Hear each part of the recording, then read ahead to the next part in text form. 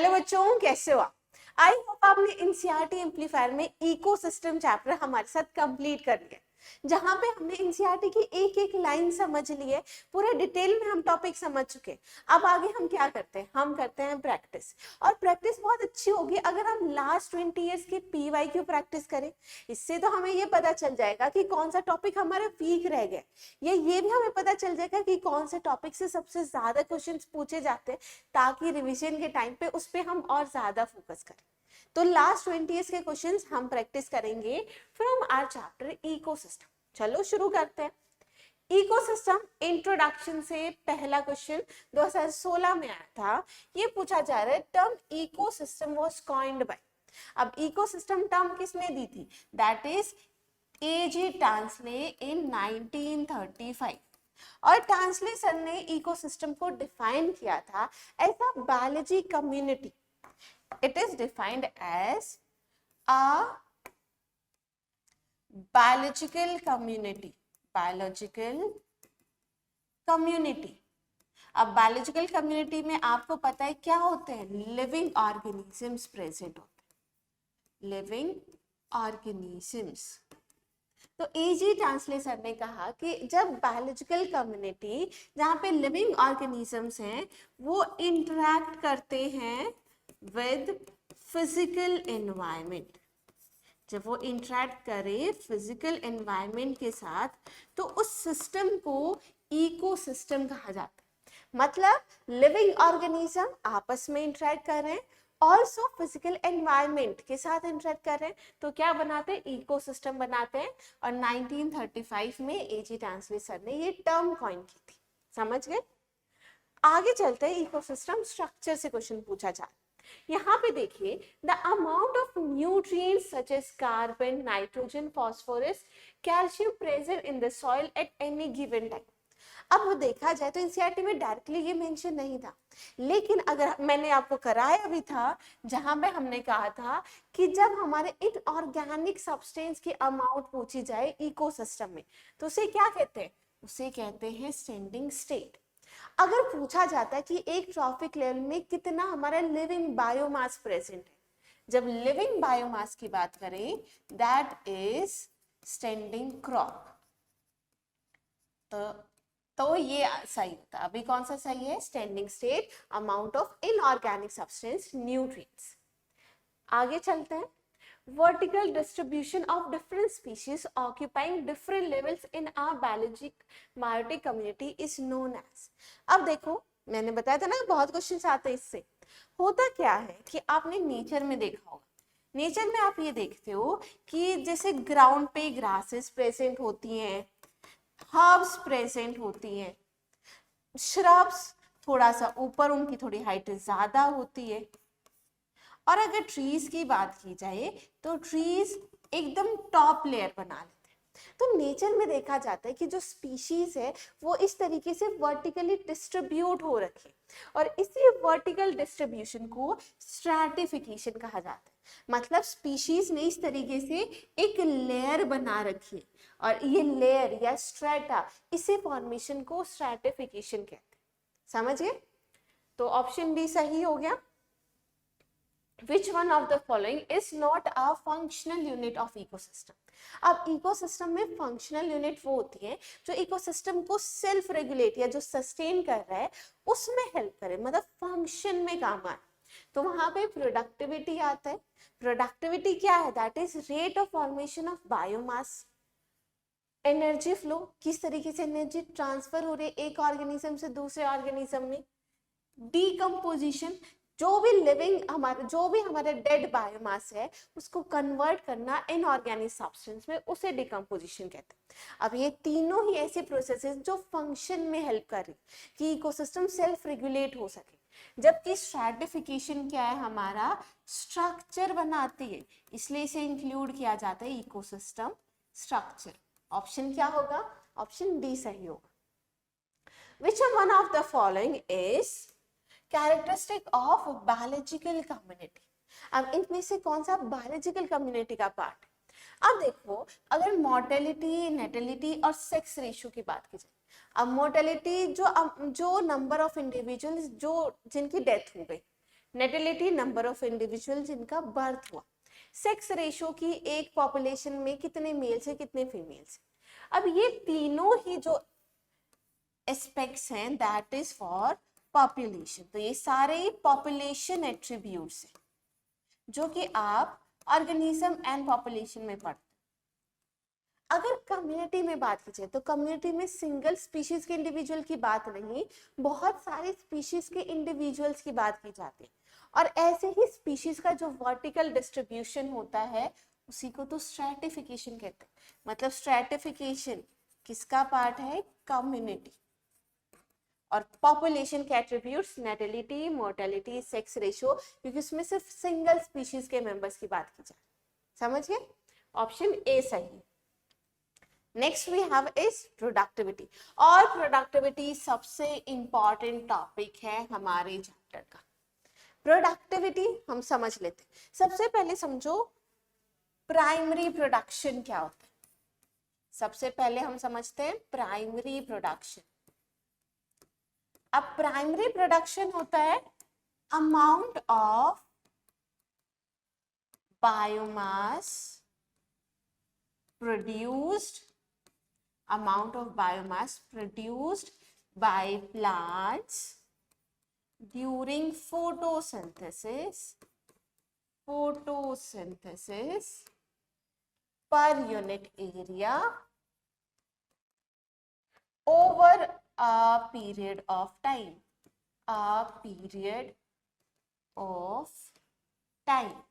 मतलब एक time period में पर यूनिट एरिया में जितना बायोमास प्रोड्यूस हुआ बाय प्लांट्स उसी को प्राइमरी प्रोडक्शन कहते हैं।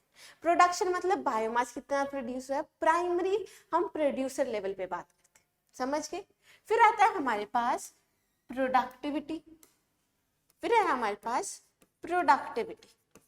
प्रोडक्टिविटी क्या होती है, प्रोडक्शन जो अमाउंट प्रोड्यूस है, प्रोडक्टिविटी उसी प्रोडक्शन का रेट बताती, मतलब किस स्पीड से प्रोडक्शन हो रहा है। तो हमने कहा रेट ऑफ बायोमास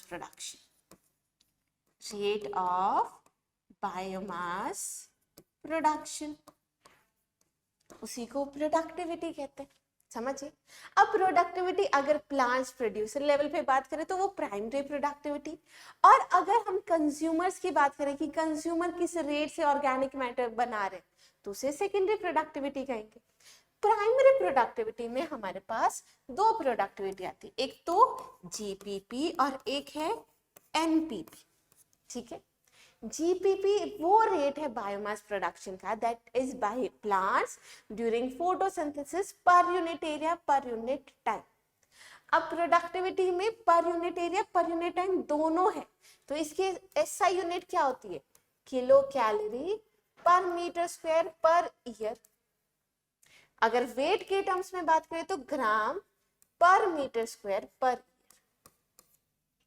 तो जीपीपी हमें ये बता रहे किस रेट से बायोमास प्रोड्यूस हुआ था। अब प्लांट में जितना बायोमास प्रोड्यूस हुआ उसमें से तो कुछ खर्च भी तो हो जाता है रेस्पिरेशन में, ये प्लांट को भी तो ग्रो करना है, प्लांट को भी तो एनर्जी चाहिए, और इसलिए हमारा कुछ तो बायोमास यूज हो जाता है बाय प्लांट्स। तो जीपीपी में से कुछ रेस्पिरेटरी लॉस के फॉर्म में बायोमास कंज्यूम हो गया। अब जितना बायोमास बचा है उसे एनपीपी कहते हैं, वो रेट ऑफ बायोमास जो कि स्टोर हो गया है प्लांट। ठीक है। अब ये रिलेशन आ जाता है जीपीपी और एनपीपी, और इससे बहुत क्वेश्चंस आते हैं जो कि हम आगे पढ़ लेंगे। ठीक है। चलो पहला देखो, पहला ये कह रहा है यूनिट क्या है प्रोडक्टिविटी की। देखो कितना आसान क्वेश्चन पूछ रखा है। अब प्रोडक्टिविटी है क्या, that is rate of biomass production, कितना बायोमास प्रोड्यूस हुआ per unit area per unit time. अब रेट है ना तो उसमें तो स्पीड है तो टाइम फैक्टर भी तो होगा, तो ऐसा यूनिट क्या हो जाएगी, एनर्जी की टर्म्स में हो जाएगी किलो कैलोरी पर मीटर स्क्वायर पर ईयर, और वेट के टर्म्स में क्या हो जाएगी, ग्राम पर मीटर स्क्वायर पर ईयर। बहुत आसान है। यहाँ पे कौन सा सही हो जाएगा, हमारा ये सही हो जाएगा। अगर देखा जाए तो ये दोनों ही प्राइमरी प्रोडक्शन की यूनिट दे रखी है, क्योंकि वहां पे टाइम कंपोनेंट को नहीं लेते। ठीक है, आगे चल। अब दो स्टेट्स में दे रखी है और हमें बतानी कौन सी सही है कौन सी गलत। ठीक है, देख लो।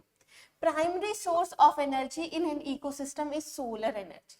कि हमारे इकोसिस्टम में एक्सेप्शन है डीप सी हाइड्रोथर्मल वेंट, बाकी सभी इकोसिस्टम में जो भी एनर्जी आ रही है वो कहाँ से आ रही है, सन से आ रही है, सोलर एनर्जी।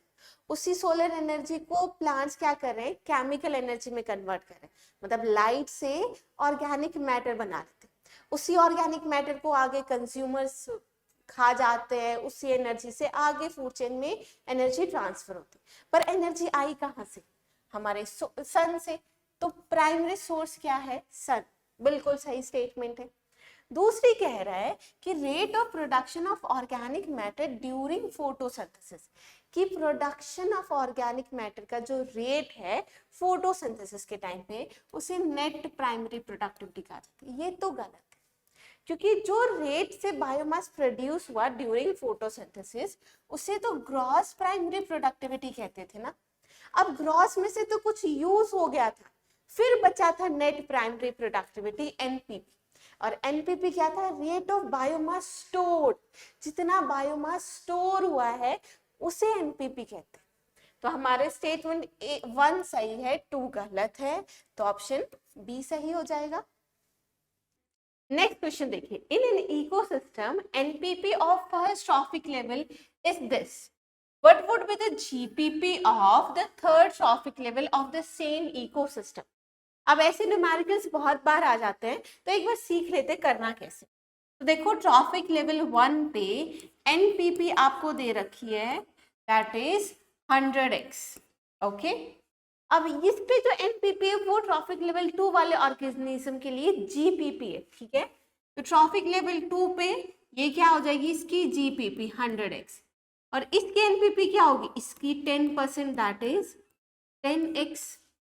अब ये 10x अवेलेबल बायोमास है जो हमारा ट्रॉफिक लेवल 3 वाले ऑर्गेनिज्म के लिए।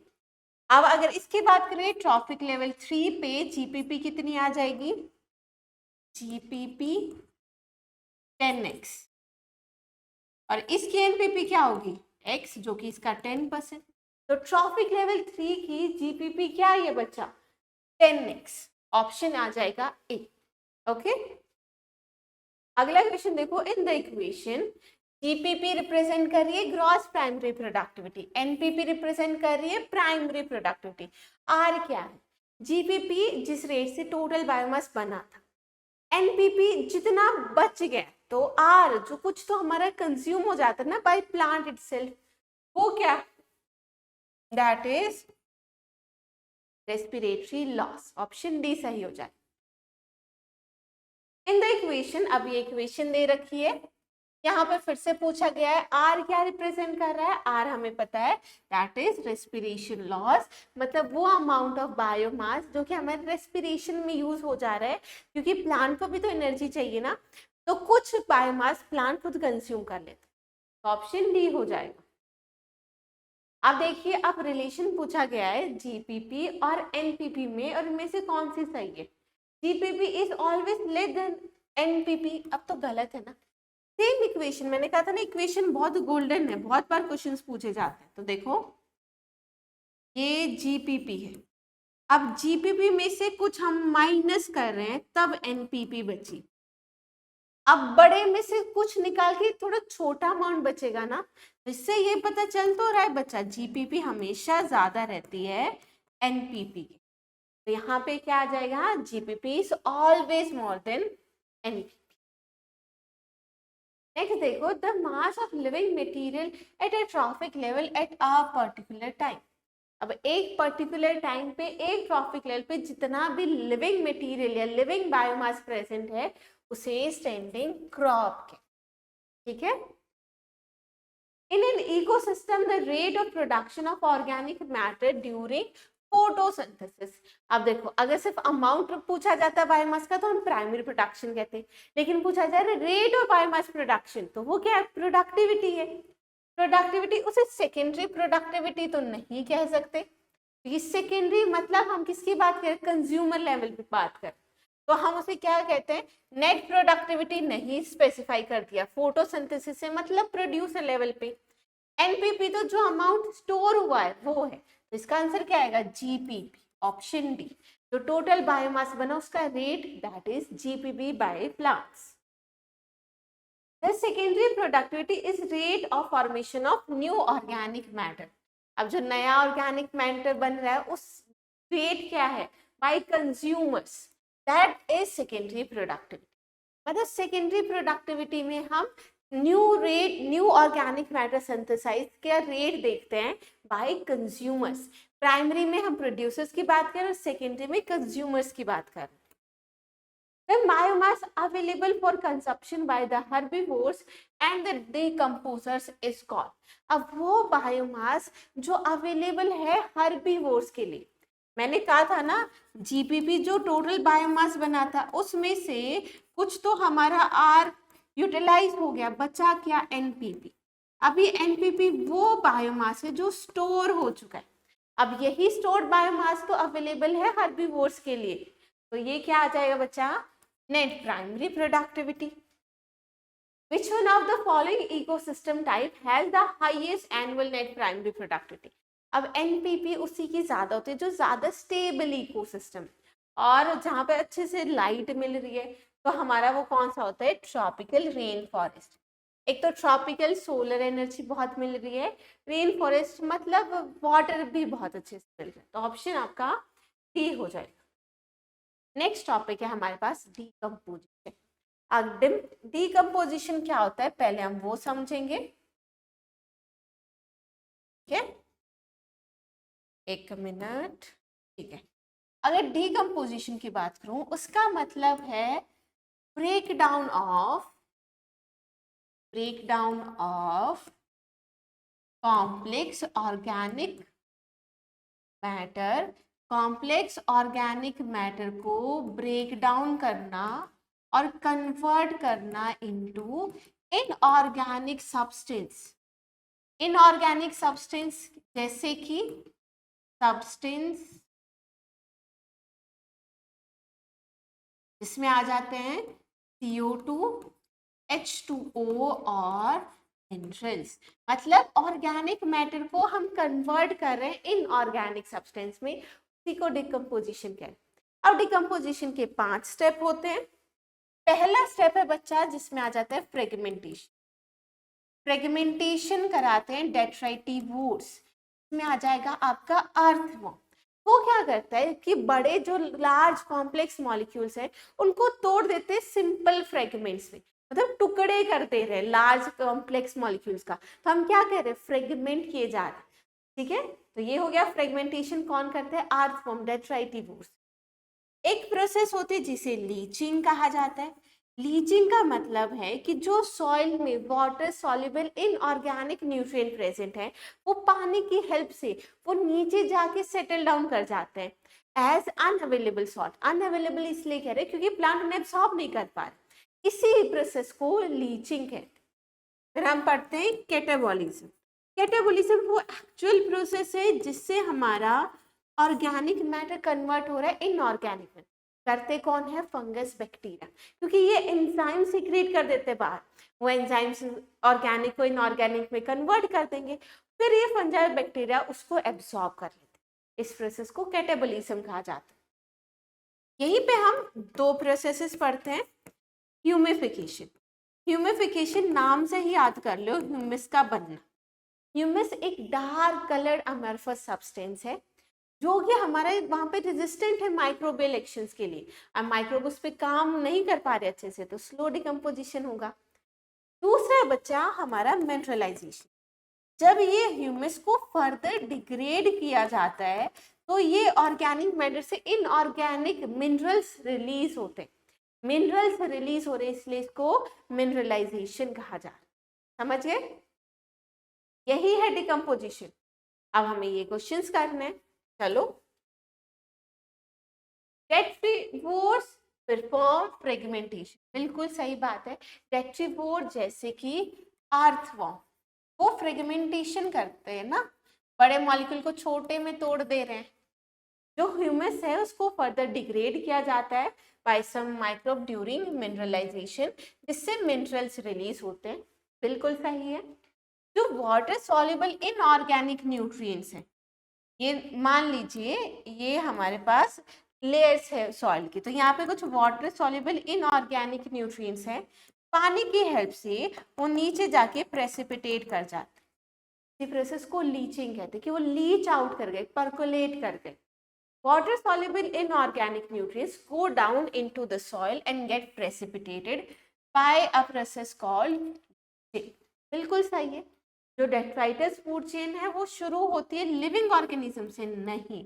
डेट्राइटस डेट्राइटस है क्या? Dead matter. तो वो किससे शुरू है? डेड ऑर्गेनिज्म से शुरू होती है, लिविंग से नहीं।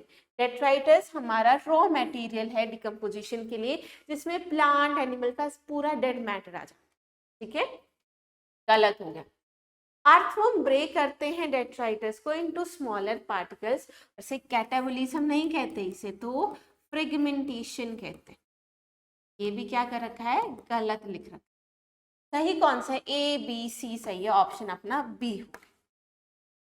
आगे देखिए, दो प्रोसेस दे रखी है, दो स्टेटमेंट्स है। डिकम्पोजिशन एक ऐसी प्रोसेस है जहां पे डेट्राइटस डेड मैटर को डिग्रेड किया जाता है into simpler substance by microbes. बिल्कुल सही बात है, डिकम्पोजिशन को एक्सप्लेन कर दिया गया। दूसरी स्टेटमेंट कह रही है डिकम्पोजिशन फास्ट रहता है अगर डेट्राइटस रिच हो लिग्निन और काइटिन। गलत है। अगर काइटिन लिग्निन जो कि कॉम्प्लेक्स कार्बोहाइड्रेट है वो ज्यादा है तो उनको तोड़ना मुश्किल है, डिकम्पोजिशन स्लो रहती है। तो ये हमारी सही थी, पर ये हमारी गलत थी। तो statement 1 is correct, statement 2 is incorrect. Detritivores break down करते हैं डेट्रिटस को इनटू स्मॉलर पार्टिकल, और इस प्रोसेस को डिकम्पोजिशन कहा जाता है। ठीक है, अच्छा एक मिनट। डेट्रिटिवोर्स तो स्मॉलर पार्टिकल्स में, ये स्पेसिफिकली तो फ्रेगमेंटेशन स्टेप की बात कर रहे हैं ना, ऑप्शन सी सही होगा। ठीक है, इनमें से कौन सी प्रोसेस को करेक्टली डिस्क्राइब किया गया? हम देख लेंगे। हम कह रहे हैं कैटाबोलिज्म में जो कि लास्ट स्टेप है डिकम्पोजिशन का अंडर फुल्ली एनारोबिक कंडीशन। अब ये बच्चा गलत है, क्योंकि एरोबिक कंडीशन में डिकम्पोजिशन होती है, एनारोबिक में ऑक्सीजन नहीं मिलेगी। ऑक्सीजन नहीं मिलेगी तो ऑर्गेनिक मैटर को तोड़ना, उसका ब्रेक डाउन करना वो मुश्किल है। तो ये क्या है? गलत है। लीचिंग में water soluble inorganic nutrients rise up to top layers नहीं, वो तो नीचे जाके सेटल डाउन कर रहे हैं ना, तो go down in the bottom layers होना चाहिए। गलत। फ्रेगमेंटेशन किया जाता है बाय ऑर्गेनिज्म जैसे कि अर्थवॉर्म। बिल्कुल, फ्रेगमेंटेशन छोटे टुकड़ों में तोड़ना अर्थवॉर्म करता है, इसलिए तो अर्थवॉर्म को फार्मर्स फ्रेंड कहा जाता है। सही था, यही ऑप्शन सही है। ह्यूमिफिकेशन में ह्यूमस बनता है डार्क कलर सब्सटेंस, जो कि माइक्रोबियल एक्शन वेरी फास्ट नहीं होता, बहुत स्लो रेट पे। गलत, ऑप्शन सी सही। जो ब्रेकडाउन हो रहा है डेट्राइटस का into smaller particles by earthworm, तो अर्थवॉर्म छोटे पार्टिकल्स में तोड़ रहे हैं, इसे क्या कहा जाता है? फ्रेगमेंटेशन कहा जाता है। जो स्लो रेट है डिकम्पोजिशन का of fallen logs in nature is due to, अब जो लॉग्स है उसमें क्या है? नाइट्रोजन कंटेंट कम होता है। अब नाइट्रोजन अगर ज्यादा होगा तो वो हमारे फंजाई बैक्टीरिया के लिए अच्छा है। अब नाइट्रोजन कम है तो हमारी डिकम्पोजिशन स्लो रहती है। तो ऑप्शन अपना क्या हो जाएगा? Option D. आगे चलते हैं और नेक्स्ट टॉपिक है हमारा एनर्जी फ्लो। अब एनर्जी फ्लो बहुत सिंपल है।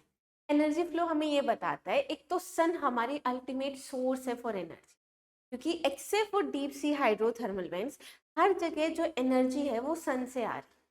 अब सन की लाइट एनर्जी को कौन कैप्चर करता है? प्लांट्स प्रोड्यूसर्स कैप्चर करते हैं। उन प्लांट्स को आगे कंज्यूम कर लिया जाता है और फूड चेन बनती है। तो मतलब पूरा का पूरा जो इकोसिस्टम है वो सनलाइट पे डिपेंड करता है, और किस तरीके से एनर्जी फ्लो कर रही है उसी को एनर्जी फ्लो कहते हैं। इसके क्वेश्चंस हम देखेंगे। कहा जा रहा है कि in ecosystem there is unidirectional flow of energy of sun from producers to consumers. बिल्कुल, हमारी एनर्जी हमेशा कैसे जा रही है? ट्रॉफिक लेवल 1 पे प्लांट्स हैं, प्लांट्स ने लाइट एनर्जी को कैप्चर किया, ठीक है, ऑर्गेनिक मैटर बनाया, उससे एनर्जी ट्रॉफिक लेवल 2 वाले ले रहे हैं, जैसे कि मान लो ग्रास हॉपर। अब ग्रास हॉपर को एनर्जी किससे मिल रही है? प्लांट से। ग्रास हॉपर से एनर्जी ट्रॉपिक लेवल 3 जैसे कि फ्रॉग। तो मतलब हमेशा इसी एक डायरेक्शन में हमारी एनर्जी फ्लो करे, यूनि डायरेक्शन। इकोसिस्टम एग्जेम्प्टेड है from second law of thermodynamics, ये गलत है।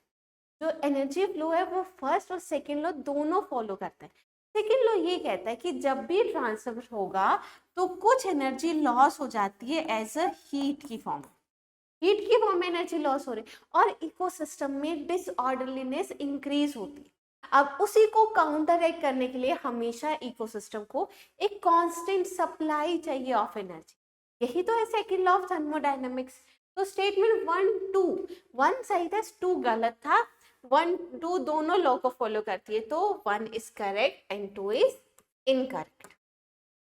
यहाँ पे देखिए हमारे पास ट्रॉफिक लेवल दे रखे हैं और साइड में एग्जांपल्स, बहुत आसान है, एकदम 10वीं का क्वेश्चन आ गया है। फर्स्ट ट्रॉफिक लेवल हमारे प्रोड्यूसर्स, उसमें आ जाएंगे grasses. Second trophic level herbivore, rabbit. Third trophic level जो रैबिट को कहा जाए, क्रॉ। और लास्ट में वल्चर। बहुत आसान था ना? बता दो फर्स्ट ट्रॉफिक लेवल पे 4 और पहले से ही हमें पता चल गया, तो ऑप्शन क्या हो गया? अच्छा एक सॉरी, फोर्थ का मैच कर रखा है सेकंड से, सेकंड का मैच कर रखा है थर्ड, थर्ड का फोर्थ, और एक पहला आपने मैच किया उसी से सॉल्व। जो प्राइमरी प्रोड्यूसर्स हैं of deep sea hydrothermal vents ecosystem. अब प्राइमरी प्रोड्यूसर जो अपना खाना खुद बनाए, अपना ऑर्गेनिक मैटर खुद बनाए, ऑटोट्रॉफिक है, ये हमें पता है। लेकिन डीप सी तक लाइट तो नहीं जा पा रही, तो फोटोसिंथेटिक नहीं हो सकते, बचा क्या? कीमोसिंथेटिक। उन्हें एनर्जी एक तो वॉल्केनिक इरप्शन से मिल रही है, केमिकल एनर्जी, इसलिए तो उसे कीमोसिंथेटिक बैक्टीरिया। हम कभी भी ब्लू ग्रीन कोरल रीफ इनको नहीं कर सकते क्योंकि सभी फोटोसिंथेसिस पे डिपेंड करते हैं। फोटोसिंथेसिस की लाइट चाहिए, डीप सी तक लाइट जा ही नहीं पाती, तो ऑप्शन बी सही है। जो मोस्ट एनिमल्स हैं that live in deep oceanic waters. अब एनिमल्स, आप बताइए, एनिमल्स ऑटोट्रॉफिक तो हो नहीं सकते कि वो प्रोड्यूसर्स होंगे, नहीं होंगे।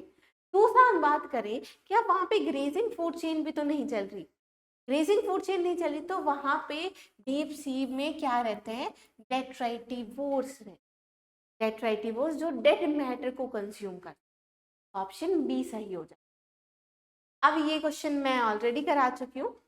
देखो अब आपको बताना है कि मैं कह रही हूँ, क्वेश्चन में दे रखा है कि how much energy will be available to peacock अगर 20 जूल ऑफ एनर्जी को ट्रैप किया गया बाय प्रोड्यूसर। तो प्लांट्स में जीपीपी कितनी बताई गई है? 20 जूल। एनपीपी कितनी हो जाएगी? 2, क्योंकि हमने सिर्फ 10% निकालना है आगे, ठीक है। इस मेथड से सारे क्वेश्चन सॉल्व हो जाते हैं। आगे है माइस, इसका 2 जूल, इसकी जीपीपी बन जाएगा, इसकी एनपीपी क्या बनेगा? 0.2 जूल। माइस के बाद आ जाता है स्नेक, स्नेक में ये जो एनपीपी है ये इसकी जीपीपी है 0.2 जूल, और 0.02 जूल क्या इसकी एनपीपी। अब जो एनपीपी वो अवेलेबल बायोमास है हमारे नेक्स्ट ट्रॉफिक लेवल के लिए। तो पूछा गया पीको के लिए अवेलेबल बायोमास कितना है? जो ट्रॉफिक लेवल 3 पे एनपीपी, तो एनपीपी है तो हमारे पीकॉक पे अवेलेबल बायोमास कितना है? 0.2 जूल, ठीक है। तो ऑप्शन क्या आ जाएगा? Option A. समझिए, जीपीपी एनपीपी के फॉर्म में लिखो सारे question. Which of the following is primary consumer in maize field? अब मेज फील्ड में प्राइमरी कंज्यूमर क्या है? चलो आप बताइए। फाइटोप्लैंक्टन्स, तो प्रोड्यूसर है वो भी एक्वेटिक में। लायंस और वोल्फ, ये दोनों ही नहीं सकते क्योंकि प्राइमरी कंज्यूमर जो प्लांट्स पर फीड करे, मतलब हर्बीवोर पूछा जा रहा है। हर्बीवोर सिर्फ और सिर्फ क्या है? ग्रास हॉपर, ठीक है, सिर्फ और सिर्फ हर्बीवोर क्या है? Grass hopper. ऑप्शन ए सही हो। When man eats fish which feeds on zooplanktons which have eaten small plants producer in this chain. Food chain पूछ रखी है, कह रहे हैं प्लांट्स को खा जाता है जूप्लैंक्टन्स जैसे कि मॉलिस्क, जूप्लैंक्टन्स को फिश खा रही है और फिश को ह्यूमंस खा रहे हैं। ठीक है, अब मुझे बताइए कि जो मैन इसमें क्या पूछ रखा है, प्रोड्यूसर क्या, प्लांट्स ही तो प्रोड्यूसर हैं, ऑप्शन ए हो जाएगा। आइडेंटिफाई करना है पॉसिबल लिंक बिटवीन, अब प्लांट को पर फीड कर रहे हैं इंसेक्ट्स, इंसेक्ट को फ्रॉग खा जा रहा है, फ्रॉग को कौन खाती है, एक स्नेक खाती है, स्नेक का एग्जाम्पल कॉबरा दे रखा है, ऑप्शन सी। अब ये देखिए फूड चेन, फूड वेब दे रखी है और बहुत आसान है ये देखना, जो वेजिटेशन है या सीड है उसमें बच्चा यहाँ पे डियर लगा सकते हैं हम, ये डियर को लायन खा जाते हैं, ये दोनों तो हम नहीं कर सकते, अच्छा डॉग तो हम नहीं कर सकते। ठीक है, अगर टू की बात की जाए तो वेजिटेशन ऐसे जो वेजिटेशन को खाते और उसको फॉक्स खा लेते, अब फॉक्स रैबिट को खा लेती, इसमें डॉग आ गया, इसको भी नहीं रख सकते, कैट आ गए, इसको भी नहीं रख सकते, हर्बीवोर बताना ना अभी तो। थर्ड में देखिए वेजिटेशन जो ग्रास होपर खा लेते हैं, ग्रास होपर को कौन खाता है, फ्रॉग, और यहाँ पे रैट, ऑप्शन क्या आ जाएगा, A. Of the total incident radiation, जितनी टोटल सोलर रेडिएशंस हमारे अर्थ सरफेस पे आ रही, उनमें से less than 50% photosynthetically active radiation, जब ऐसी रेडिएशन जिनको प्लांट यूज कर सकते हैं फोटोसिंथेसिस में, that is less than 50%, option C सही है। Which one of the following animals may occupy more than one trophic level in the same ecosystem at the same time? अब हमने ये पढ़ा था कि फूड चेन एग्जिस्ट करती है, फूड वेब है, लेकिन कुछ ऐसे ऑर्गेनिज्म भी प्रेजेंट होते हैं जो एक से ज्यादा ट्रॉफिक लेवल पर प्रेजेंट हो, जिसमें एग्जाम्पल आ जाता है स्पैरो। अब स्पैरो देखो, अगर स्पैरो फीड करिए सीड पर, है हमने स्पैरो की बात करी, अगर स्पैरो सीड्स को खा रही, सीड्स तो प्लांट का प्रोडक्ट है ना, तो स्पैरो इस यहाँ पे क्या है, एक प्राइमरी कंज्यूमर है ट्रॉफिक लेवल 2 में। लेकिन अगर स्पैरो इंसेक्ट को खा रही, और इंसेक्ट किसको खाते हैं, प्लांट्स को, तो ये ट्रॉफिक लेवल 1, 2 और ये 3, यहाँ पे स्पैरो क्या है, सेकेंडरी कंज्यूमर, मतलब स्पैरो एक से ज्यादा ट्रॉफिक लेवल पे हो सकती है, तो ऑप्शन ए बिल्कुल सही। Which one of the following type of organism occupy more than one trophic level?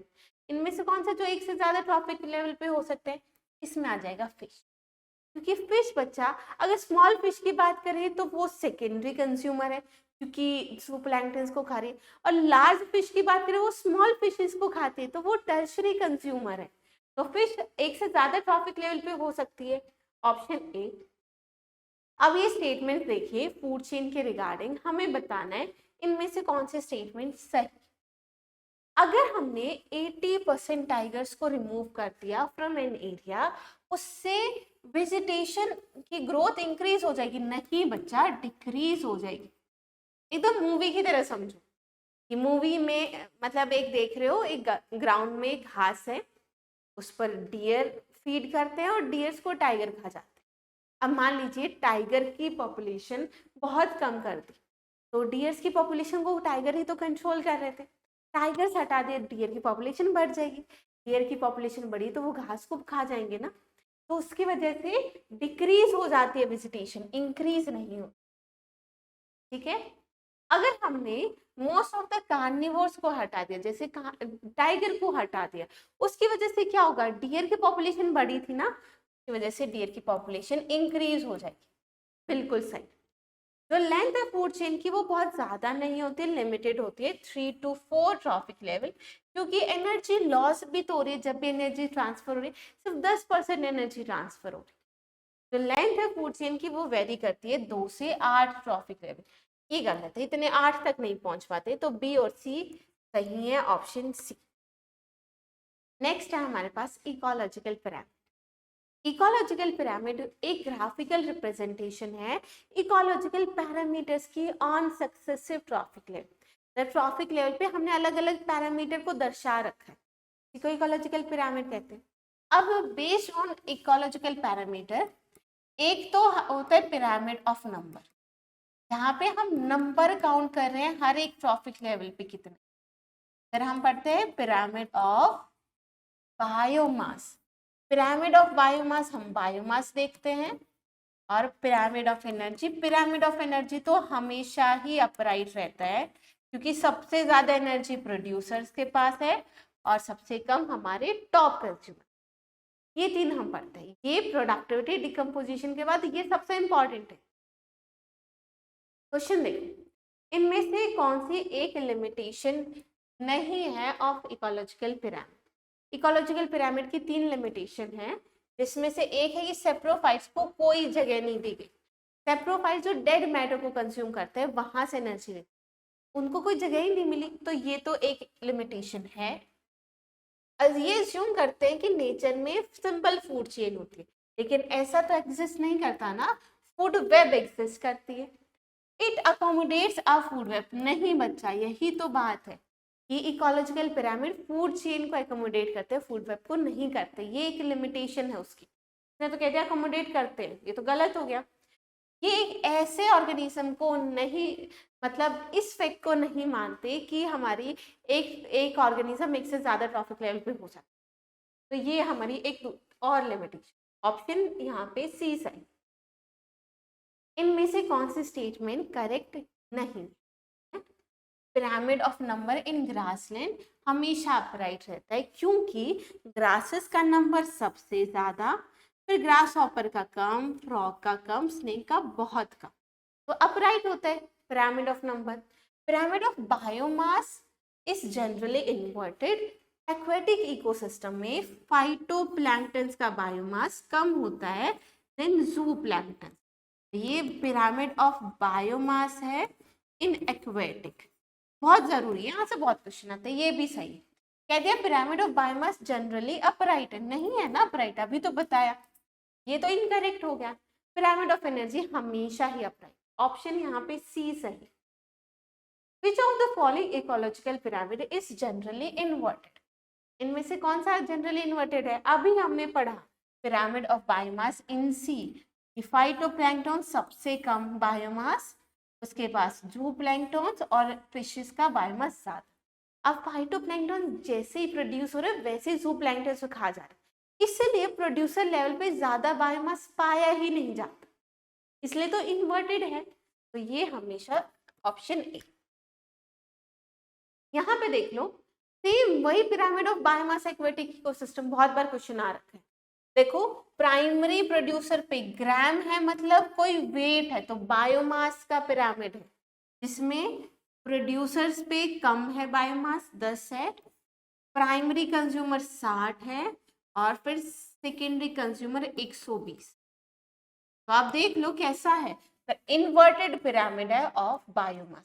कहाँ पे देखा जाता है? सी में देखा जाता है, ठीक है। Which ecosystem has the maximum biomass?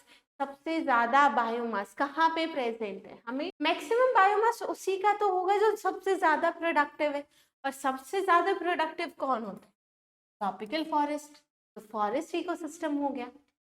आगे चलो, given flow is an imaginary pyramid of numbers, हमें बताना ये कौन सा सही, ठीक है। चलो हम देख लेते हैं। Primary consumer is rat and secondary consumer is cat. अगर हम बात करें प्राइमरी कंज्यूमर रैट है, सेकेंडरी कंज्यूमर कैट है, लेकिन हमारे जो रैट है वो तो वेजिटेशन पे फीड करते हैं, जिसका हमारा नंबर बहुत ज्यादा होना चाहिए था। एक नहीं हो सकता ना, वो तो बहुत ज्यादा होता, एक अपराइट देखा जाता, स्पिंडल शेप नहीं, ये तो गलत है। लेवल 1 पे दे रखा है कि प्राइमरी प्रोड्यूसर पीपल ट्री है, हाँ एक पीपल ट्री हो सकता है, बिल्कुल सही है। सेकेंडरी कंज्यूमर हमारा शीप है, शीप हमारी सेकेंडरी कंज्यूमर हो ही नहीं सकती, इस सेकेंडरी कंज्यूमर तो कार्निवोर होना चाहिए, ये तो शीप दे रखा है, ये भी गलत हो गया। Primary producer phytoplankton aquatic ecosystem में, लेकिन बच्चा फाइटोप्लैंक्टन्स का भी तो अपराइट, फाइटोप्लैंक्टन्स का पिरामिड ऑफ नंबर ज्यादा होता है ना, ये भी तो गलत हो गया, ये तो स्पिंडल शेप दे रखे हैं। अब यहाँ पे अज्यूम करो कि ये ट्री है, एक ट्री है जिसपे बहुत सारे इंसेक्ट प्राइमरी कंज्यूमर हो गए, प्राइमरी कंज्यूमर पे कुछ स्मॉल इंसेक्टिवोरस बर्ड्स है जिनका नंबर इंसेक्ट से कम होगा, इन बर्ड्स को कुछ लार्ज बर्ड्स खा जाते हैं जिनका नंबर इंसेक्टिवोरस से और कम होगा। तो इस तरीके से ट्री इकोसिस्टम में pyramid of number spindle shape देखा जाता है। यहाँ पे ऑप्शन ए सही। Upright pyramid of number, upright pyramid of number forest में नहीं देखा जाता, तो बी सही है। जैसे कि मैंने बात करी ट्री इकोसिस्टम या फॉरेस्ट में, एक सिंगल ट्री है, मान लीजिए एक सिंगल ट्री है, उस पे बहुत सारे इंसेक्ट हो सकते हैं, ट्री उसमें बहुत सारे इंसेक्ट्स हैं, इंसेक्ट्स को खाने वाले कुछ इंसेक्टिवोरस बर्ड्स हैं, स्मॉल बर्ड्स है, इन स्मॉल बर्ड्स को खाने वाले कुछ लार्ज बर्ड्स है जिनका नंबर स्मॉल बर्ड्स से तो कम होगा। तो कैसा आ गया स्पिंडल शेप फॉरेस्ट। पॉन्ड में, लेक में और ग्रासलैंड में पिरामिड ऑफ नंबर हमेशा अपराइट है। Which one of the following statement for the pyramid of energy is incorrect? आप पिरामिड ऑफ एनर्जी हमेशा ही अपराइट है कि प्रोड्यूसर लेवल पे अगर 10,000 जूल एनर्जी है तो ट्रॉफिक लेवल 2 पे सिर्फ 10% जाएगी तो 1000 जूल, उसके बाद इसकी 10% जाएगी तो 100 जूल और उसके बाद 10 जूल। तो अब यहाँ पे देखो बेस ब्रॉड है, shows that energy content of different trophic level और इन्वर्टेड नहीं है ना बच्चा, अपराइट है, ये गलत हो गया।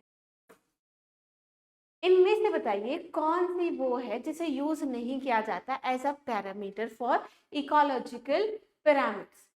अब देखो rate of energy flow, energy है ना पिरामिड ऑफ एनर्जी, ये तो है, नंबर पिरामिड ऑफ नंबर भी है, ड्राई वेट है पर फ्रेश वेट नहीं यूज किया जाता।